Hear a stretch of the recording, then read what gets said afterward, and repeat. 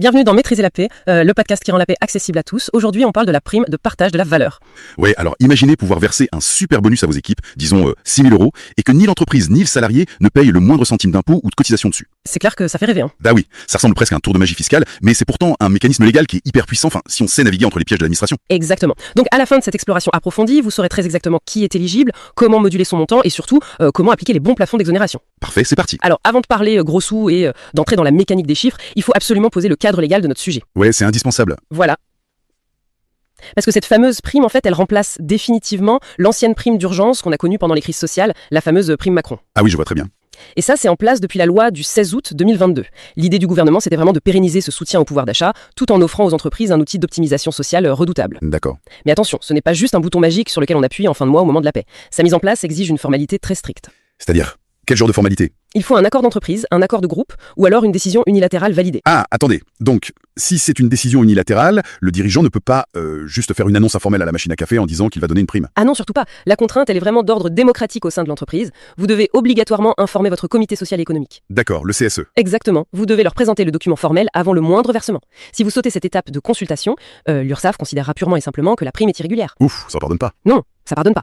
Mais une fois que cette étape est validée, la très bonne nouvelle, c'est que le champ des employeurs autorisés à l'utiliser est exceptionnellement vaste. C'est vrai, genre pratiquement tout le monde. Boulanger indépendant ou, je sais pas, une petite association de quartier peut utiliser ce levier-là? Absolument. La taille ou la nature de la structure n'est vraiment pas un frein. Ça inclut les travailleurs indépendants, comme les artisans, les commerçants, les professions libérales. Ah ouais, génial. Ça marche aussi pour les mutuelles et les syndicats. Et du côté du secteur public, c'est un peu plus restreint, mais c'est tout à fait possible pour les établissements publics à caractère industriel et commercial. Ok. Les établissements publics administratifs, qui emploient du personnel de droit privé, sont aussi sur la liste. Bah, c'est fascinant de voir que le dispositif s'applique aussi largement.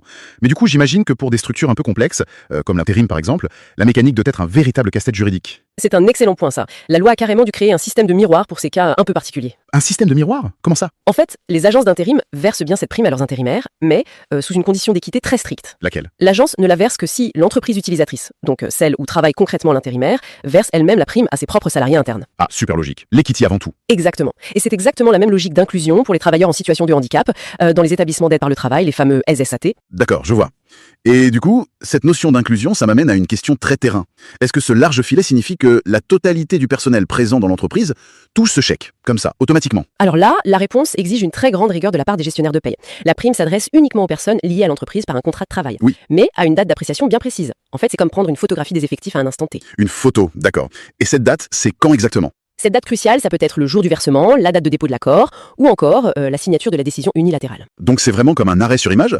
Si je comprends bien, le salarié qui, disons, a démissionné la veille de cette photo, bah il touche absolument rien. Malheureusement pour lui, c'est ça, il est hors du cadre. Mais quid des jeunes qui sont dans une espèce de zone grise, comme les apprentis ou les stagiaires? Alors là, attention, cette distinction est une source d'erreurs massive lors des contrôles URSSAF. Ah ouais? Ouais, les apprentis sont liés par un véritable contrat de travail, ils font donc pleinement partie des effectifs à la date de la photographie, ils doivent obligatoirement bénéficier de la prime dans les mêmes conditions que les autres. Très clair. Et pour les stagiaires alors? Par contre, le stagiaire, lui, il signe une convention pédagogique, ce n'est pas un contrat de travail. Ce statut juridique différent l'exclut purement et simplement du dispositif. Ah mince. Même s'il est là depuis, je sais pas, 6 mois? Même s'il est là depuis 6 mois. Bon, le stagiaire risque d'être déçu, mais la logique juridique est implacable.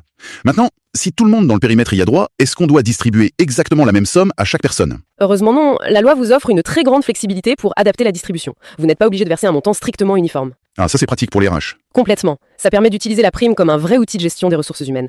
L'employeur peut définir la répartition en croisant plusieurs critères légaux. Et lesquels par exemple? On peut utiliser la rémunération, la classification hiérarchique, l'ancienneté. Vous pouvez aussi moduler selon la durée de présence effective ou la durée de travail contractuel sur l'année écoulée. Donc on peut vraiment utiliser ces critères pour créer une répartition sur mesure. Concrètement, comment un gestionnaire applique-t-il cette proportionnalité, disons, pour un salarié qui ne fait pas 35 heures?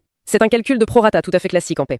Prenons un exemple. Ouais, un exemple chiffré, c'est bien. Disons qu'une prime de base est fixée à 2 000 € pour un salarié à temps plein. Si vous avez un collaborateur dont le contrat prévoit un temps partiel à 75%, la modulation s'applique mathématiquement. Ce salarié percevra exactement 1 500 €, ce qui respecte parfaitement la logique de la durée du travail. Ce calcul mathématique semble plutôt simple. Par contre, j'ai peur que le critère de la présence ne se transforme un peu en terrain miné, non? Je veux dire, si on commence à déduire la prime de quelqu'un qui a été gravement malade... Votre intuition est excellente, car c'est exactement ici que se cache le plus grand risque de discrimination légale. Je m'en doutais. Les absences pour maladie ordinaire vont effectivement faire baisser la prime si vous avez choisi le critère de la présence. D'accord. Cependant, il y a un bouclier juridique fondamental à garder en tête face à ce calcul. Et ça, c'est à retenir absolument. Les congés maternité, de paternité, d'adoption ou d'éducation des enfants sont légalement considérés comme de la présence effective. Ah, d'accord. Il y a interdiction absolue de baisser la prime pour ces motifs. C'est hyper dense tout ça. Vous avez un support visuel pour s'y retrouver un peu? Oui, bien sûr, je vous offre le chapitre incomplet. Il y a 8 infographies qui décodent tout, de la lecture du bulletin au barème de saisie et 40 questions de quiz corrigées pour valider vos acquis. Génial. C'est vraiment l'outil parfait pour passer de la théorie à la pratique. Le lien est en description. Mais revenons à notre sujet. Avec plaisir. Maintenant que nous savons précisément à qui verser cette prime et comment utiliser la modulation sans risquer la discrimination, explorons un peu la mécanique des chiffres. Le cœur du réacteur, comme on dit. Voilà, l'attrait principal de ce dispositif réside dans ses limites d'exonération sociale et fiscale. C'est vraiment là que ça se joue, mais ces limites varient drastiquement selon la taille de votre entreprise et les autres dispositifs que vous avez déjà mis en place. C'est là que le gouvernement nous fait miroiter de belles économies en fait.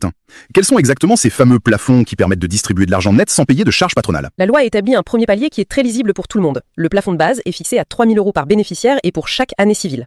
Ok, 3 000 € unique. Si vous restez sous cette limite, la prime est totalement purgée de cotisations et contributions sociales, aussi bien pour l'employeur que pour le salarié. Waouh. C'est le standard de sécurité utilisé par la grande majorité des petites entreprises qui ne veulent pas trop complexifier leur gestion. C'est déjà un très beau levier de fidélisation, mais tout à l'heure en intro, on parlait d'un bonus potentiel de 6 000 €. Comment est-ce qu'une entreprise débloque ce plafond supérieur? Pour doubler ce plafond et atteindre les 6 000 €, le législateur exige une contrepartie stratégique de la part de l'entreprise. Je m'en doutais, c'est donnant-donnant. Complètement. L'objectif de l'État, c'est d'inciter au partage durable des profits, pas seulement aux petits coups de pouce ponctuels. Donc si vous avez 50 salariés ou plus, vous devez impérativement avoir conclu un accord d'intéressement officiel pour débloquer ce super plafond. D'accord. Et si on a une plus petite équipe? Si vous avez moins de 50 salariés, vous avez le choix entre mettre en place l'intéressement ou bien la participation aux bénéfices. Le gouvernement utilise donc cette exonération géante comme un appât pour forcer les entreprises à structurer le partage des profits. Y a-t-il des structures qui ont droit à ce plafond doublé d'office sans rien faire? Oui, le législateur a quand même prévu une belle exception pour les structures dont la mission est fondamentalement sociale ou solidaire. Lesquelles par exemple? Les associations reconnues d'utilité publique, ainsi que les fondations du même type, bénéficient directement de cette limite de 6 000 €. Ah super. Et les établissements de travail pour personnes handicapées profitent également de ce doublement automatique de plafond sans avoir à négocier d'accords complexes. C'est une manière de soutenir ces acteurs. C'est une flexibilité qui est vraiment bienvenue pour le secteur associatif. Mais attention, quand on parle d'exonération, on pense souvent aux cotisations sociales. Est-ce que cette prime est aussi exonérée de l'impôt sur le revenu pour le collaborateur qui la reçoit? C'est ici qu'il faut vraiment sortir sa calculatrice, car la fiscalité est soumise à une période transitoire qui est, disons, très complexe. Aïe. Entre le 1er janvier 2024 et le 31 décembre 2026, la loi a créé une fenêtre de tir bien spécifique. Ok, et comment elle fonctionne cette fenêtre de tir? Durant cette courte période, le traitement fiscal de la prime est directement conditionné par la taille de votre entreprise, mais aussi par le salaire exact de la personne qui la reçoit. Plongeons là-dedans alors. Si je dirige une petite start-up ou un cabinet de quelques collaborateurs, comment s'applique cette fameuse exonération fiscale? La règle favorise massivement les petites structures pendant cette transition. Pour les entreprises de moins de 50 salariés, si la personne gagne moins de 3 fois le SMIC sur les 12 derniers mois, l'avantage est total. Vous ne payez aucune charge sociale, le salarié ne paie ni CSG ni CRDS, et le montant n'est pas soumis à l'impôt sur le revenu. C'est du net dans la poche. C'est le scénario idéal ça. Mais que se passe-t-il si un salarié très qualifié dépasse ce seuil des 3 SMIC, ou alors si l'entreprise franchit la barre des 50 collaborateurs? Dès que l'on franchit l'un de ces deux seuils, le régime de faveur fiscale s'effondre partiellement. Mince. Le conservez bien l'exonération des cotisations patronales classiques, ce qui reste un gain financier indéniable pour la trésorerie de l'employeur. En revanche, le salarié passe à la caisse. Exactement. Le salarié devra obligatoirement s'acquitter de la CSG et de la CRDS sur ce montant, et surtout, cette somme viendra s'ajouter à ses revenus imposables, ce qui peut provoquer de très mauvaises surprises lors de sa déclaration d'impôt. Ah oui, c'est une sacrée différence sur le net à payer final. C'est vraiment une horloge fiscale qui tourne. Que va-t-il se passer précisément à la fin de cette période transitoire? Ce sera un bouleversement complet de la doctrine fiscale qu'il faut anticiper dès maintenant dans vos prévisions budgétaires. C'est-à-dire? À compter du 1er janvier 2027, le privilège fiscal des petites entreprises sera totalement et définitivement abrogé. Waouh. Tous les bénéficiaires, sans aucune distinction d'effectif ou de salaire, paieront la CSG, la CRDS et l'impôt sur le revenu sur ces primes. Ah, fini la récréation quoi. Exactement. D'ailleurs, à retenir absolument, la seule et unique stratégie légale pour échapper à l'impôt sur le revenu à l'avenir, ce sera d'affecter immédiatement cette prime sur un plan d'épargne salariale ou un plan d'épargne retraite. On peut aller encore plus loin sur ça? Oui, j'ai publié un article Substack sur ce sujet avec une infographie complète à télécharger. Le lien est en description. Continuons. Ouais, poursuivons. Pour que notre exploration approfondie soit vraiment complète, nous devons aborder la traduction concrète de ces règles sur le bulletin de salaire. C'est vrai que c'est la vitrine du truc. Oui, l'intention de verser une prime défiscalisée, c'est louable, mais sa matérialisation est soumise à une surveillance extrême des organismes de contrôle. La moindre négligence sur la fréquence de distribution ou sur le formalisme déclaratif peut transformer cette aide en un véritable cauchemar. Lors d'un audit de l'URSSAF, j'imagine. Tout à fait. Justement, si je veux gérer ma trésorerie avec un peu de souplesse, est-ce que j'ai le droit de fractionner cette prime et de la verser tous les mois, comme un petit supplément régulier? La loi vous l'interdit formellement. Le but, c'est d'éviter que cela ne ressemble à un salaire déguisé. D'accord. Vous avez cependant la possibilité de réaliser 2 versements distincts au titre de la même année civile. Et si votre trésorerie l'exige vraiment, vous pouvez effectivement fragmenter le paiement de ces primes en plusieurs morceaux. Ah, c'est déjà ça. Sous quelles conditions? La contrainte impérative est que ce fractionnement ne doit jamais excéder un seul et unique versement par trimestre. D'accord. La limite trimestrielle empêche donc que la prime ne se transforme en un abonnement mensuel déguisé. Et comment cette exigence de transparence se traduit-elle concrètement sur la fiche de paie mensuelle du collaborateur? La transparence doit être totale et immédiate sur le document qui est remis au salarié. Lors du mois de paiement, le gestionnaire a l'obligation absolue de faire apparaître ce montant sur une ligne spécifique isolée et clairement nommée. Ah oui, pas question de la noyer dans la masse. Il est strictement interdit d'englober ce montant dans une ligne générique du type prime exceptionnelle ou indemnité diverse. À retenir, c'est cette ligne dédiée qui permet aux inspecteurs de vérifier instantanément que vous ne dépassez pas les plafonds d'exonération autorisés. C'est limpide.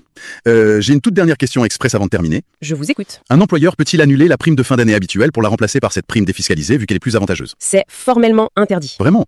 La prime de partage de la valeur ne peut en aucun cas se substituer à un élément de rémunération prévu par le contrat, ni à une augmentation ou une prime habituelle. C'est un véritable bonus supplémentaire, point. D'accord, le message est très clair. Pour aller encore plus loin, mon livre Maîtriser la paye, édition 2026, transforme la complexité en visuel clair. Avec 50 infographies, pour tout comprendre, et 250 questions corrigées, vous avez enfin les clés pour maîtriser chaque calcul.